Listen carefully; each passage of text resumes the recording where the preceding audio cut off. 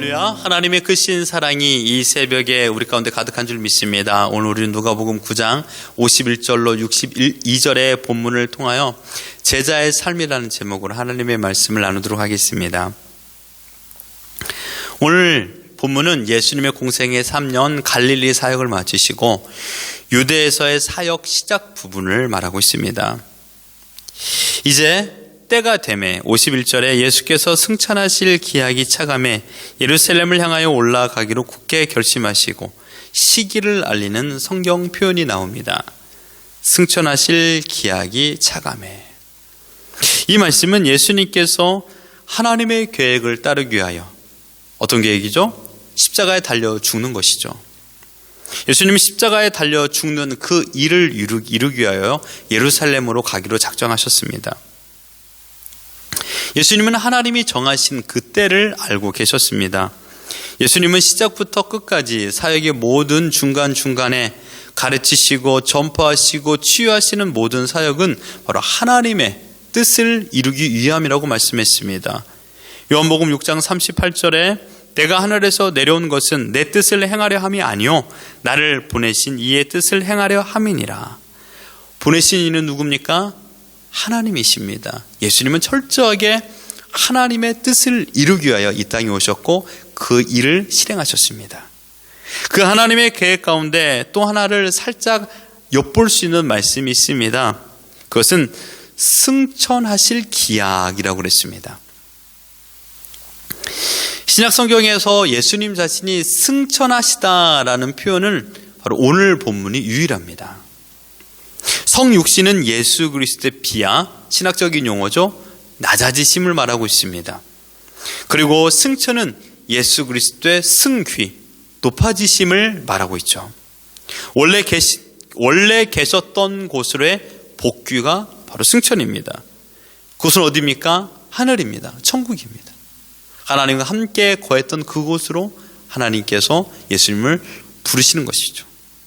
승천이라는 단어 속에 예수 그리스도께서 받으실 고난과 십자가에서의 죽음과 장사 지냄과 더 나아가 부활하심, 그리고 나중에 승천하시는 그 모든 것들이 다 포함되어 있는 단어입니다. 그런데 여러분, 이 길은 결코 쉬운 일이 아닙니다. 이사야 53장 3절에 보면요, 그는 멸시를 받아 사람들에게 버림을 받았으며 강고를 많이 겪었으며 질고를 아는 자라.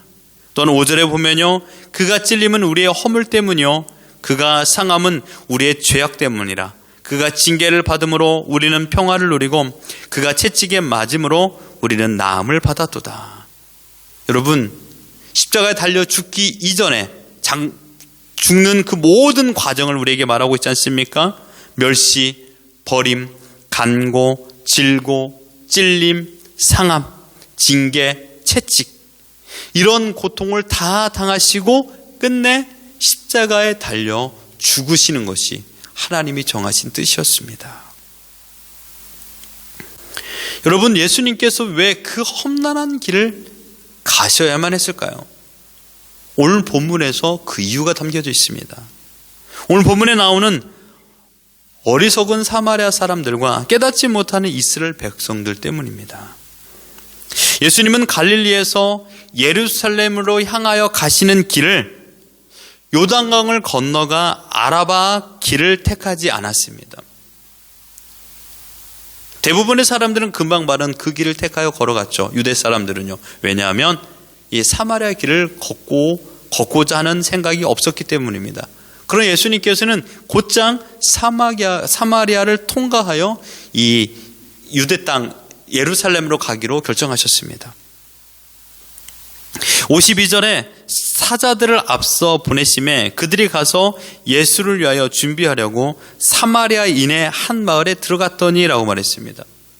예수님께서 하루 머무실 장소를 알아보기 위하여 제자들 몇을 먼저 보냈던 것이죠. 그런데 어떤 일이 났습니까? 53절을 보십시오. 예수께서 예루살렘을 향하여 가시기 때문에 그들이 받아들이지 아니하는지라. 사마리아 사람들이 예수님을 배척했던 것입니다. 여러분, 사마리아 하면 무엇이 떠오릅니까? 예, 맞습니다. 수가성 여인, 우물가 여인이 떠오르죠. 그 여인이 변화되었습니다. 그리고 그 여인이 동네 사람들을 모두 초청하여서 예수님의 이적과 가르침을 받았고 변화의 놀라운 은혜를 경험했던 것이죠. 그런데 지금 그때 그 여인은 어디 갔습니까?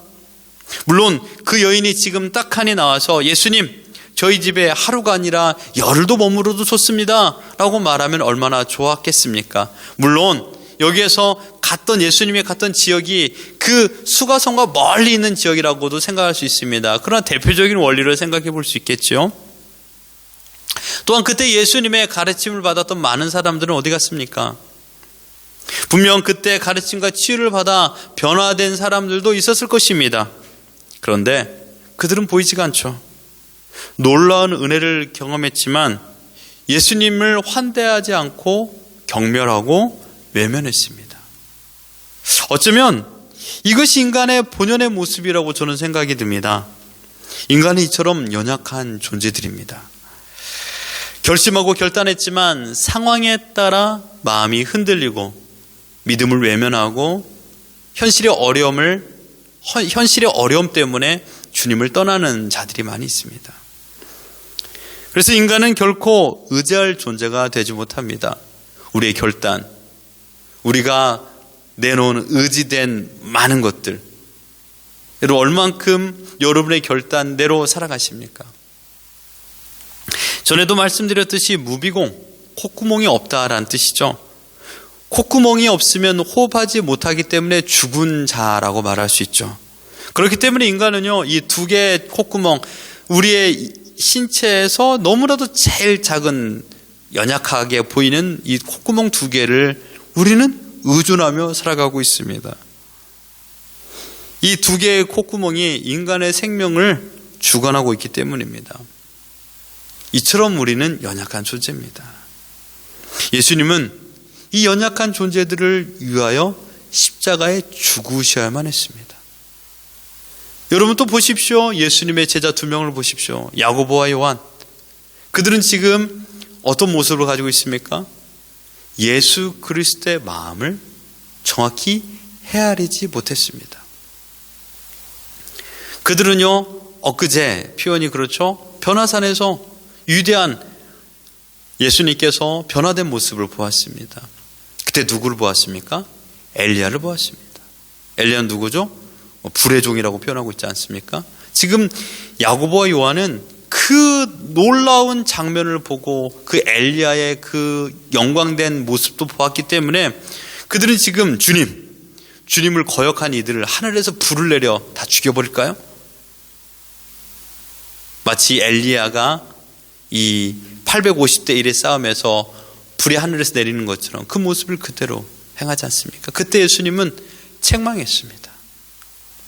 너희들은 너희들의 방법과 나의 방법을 제대로 알지 못하고 있구나. 그것은 너의 방법이다. 나는 그렇게 하지 않는다. 라고 말했습니다. 여러분, 사랑이라는 것이 뭘까요? 사랑은요, 오래 참음입니다. 오래 참고 배려하기 때문에 그것이 바로 사랑입니다.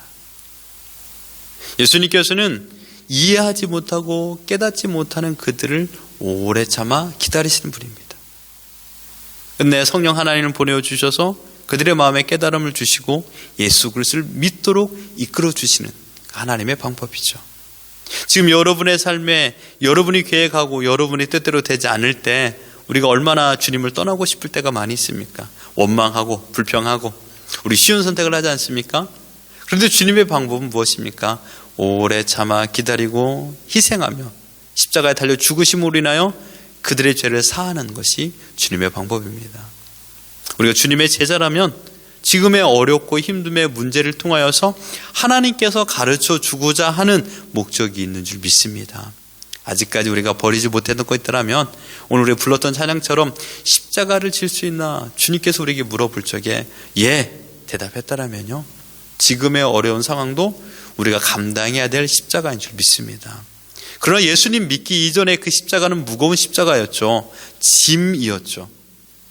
하지만 지금은 우리의 힘으로 그것을 지는 것이 아닙니다. 정확히 엄밀히 따지면 예수님께서 그 모든 것을 감당해 주셨고 우리는 현실의 삶에서 그것을 인지하는 것입니다. 그리고 그 안에 감사하고 감당해 나가는 것입니다. 바라옵기는 오늘의 삶에 온전히 주님께서 우리에게 주시고자 하는 그 뜻을 따라 우리가 우리의 십자가를 지고 감사함으로 이 길을 걸어가는 모두가 되기를 주님의 이름으로 축원합니다. 아울러 더 나아가 예수님께서 57절로 62절에 3명의 사람들과의 만남이 나타납니다. 첫 번째 사람은 저는 주께서 어디로 가시든지 나는 따르겠습니다 라고 말했던 사람입니다. 59절에는요 또 다른 사람에게는 예수님께서 너는 나를 따르라 명하셨고요. 또한 61절에는 반대로 자신이 주님을 쫓으면 좋겠습니다마는 주님을 따르기 전에 조건이 있습니다. 먼저 가서 가족들과 작별하게 해주십시오 라고 말하는 세 부류의 사람이 나옵니다. 여러분 첫 번째 사람은요 매우 열심히 있는 사람으로 보여집니다. 주께서 어디로 가시든지 나는 따르겠습니다. 그런데 주님께서는 그 사람의 결정과 확고부동한 자세를 보면서 동문서답을 하십니다. 58절에 예수께서 이르시되 여우도 굴이 있고 공중에 새도 집이 있으되 인자는 머리 둘 곳이 없도다 하시고 너가 보기에 내가 화려해 보이니 너가 보기에 내가 능력 있어 보이니 나는 정말 머리 둘 곳도 없고 피곤한 인생을 살고 있단다. 정말 너가 나를 따르려고 하니 너의 결심을 다시 한번 점검해 보거라 라고 주님께서 말씀하고 있는 것입니다. 왜 나를 따르려고 하는 것인지 여러분 혹시 이 사람은 예수님으로 인하여 부귀영화를 쫓고 있는 사람은 아닐까요? 이 사람은 분명히 예수님을 향하여서 예수님의 그 위대한 업적과 그 기적들을 보며 그 모습이 즐거워서 주님을 쫓고 있는 사람인지도 모릅니다. 예수님은 그의 마음을 정확히 하셨습니다. 그리고 주님께서는 그에게 다시금 너의 결단이 너로 인한 것인지 너의 만족을 인한 것인지 너의 만족을 위하여 결정한 것인가를 묻고 있습니다. 더 나아가 진정한 제자도는 예수님처럼 머리 둘 곳도 없는 인생이라는 것을 우리에게 말씀했습니다. 이 말은 이 땅을 의지하지 않는 자가 제자라는 뜻입니다. 이 땅을 의지하지 않는 자가 제자다. 참으로 우리에게 주고 있는 말씀이 아니겠습니까? 두 번째 사람에게는요 주님께서는 우선순위에 대하여 말씀하고 있습니다. 사실 이 부분이 가장 중요하다고 생각이 드는데요 주님이 말씀하십니다. 나를 따르라. 예수님 저에게는 늙은 부모님이 계십니다. 그 부모님께서 돌아가시고 그분들을 장사 지내고 나서 제가 주님을 따르면 안 되겠습니까? 라고 말했습니다. 자신의 부모님을 공경하는 것은 하나님께서 우리에게 엄히 말씀하신 내용이기도 합니다. 십계명에 내 부모를 공경하라 라고도 있지 않습니까? 그런데 주님은 60절에 이르시되 죽은 자들로 자기의 죽은 자들을 장사하게 하고 너는 가서 하나님의 나라를 전파하라 명하셨습니다. 그런데 여러분 이 말씀을 보면요 대부분의 사람들이 야 너는 네 부모 장사 지내는 거 가지 마 그냥 나만 쫓아 라는 그런 말씀처럼 보여지는데요 엄밀히 따지면 그런 말씀이 아닙니다. 이 말씀은 예수님의 구체적이고 현실적인 사명을 말하고 있는 것입니다. 너는 나를 쫓으라 이것이 핵심입니다. 너는 가서 하나님의 나라를 전파하라 라고 하신 거룩한 명령입니다. 무엇의 우선순위를 두냐 이것이죠. 제자의 바른 자세는 주님을 따르는 것으로 끝이 아닙니다. 내가 너에게 즉 예수님이 제자들에게 명하신 그 명령을 따르는 자가 제자입니다. 여기서 나를 쫓으라라는 말은 예수님이 어디로 가든지 내가 쫓겠습니다라는 것이 아니라 내가 하라는 명령대로 여기서 내라는 건 예수님이죠.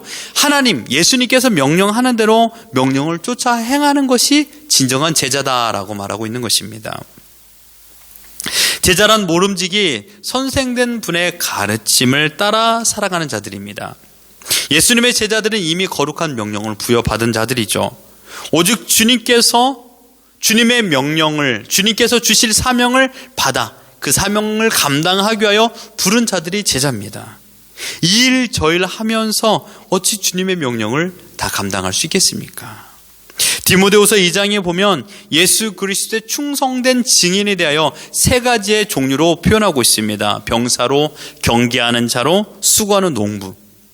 이들의 모습은 어떻습니까? 충성, 곧 사명 감당하기 위해서 가져야 될 자세, 그것을 충성이라고 말하고 있습니다. 11절에 미쁘다 이 말이여 우리가 주와 함께 죽었으면 또한 함께 살 것이요. 사명자의 바른 삶의 태도는 바로 주님을 부인하지 않냐고, 우리는 주님의 것이기 때문에 주님의 뜻대로만 살겠습니다 라고 말한 자라라고 우리에게 말씀으로 보여주고 있습니다. 비단 이것은 특별한 계층의 제자들에게만 부여한 사명이 아닙니다. 이것은 하나님의 자녀, 곧 거룩한 신자들이 가져야 될 믿음의 태도입니다.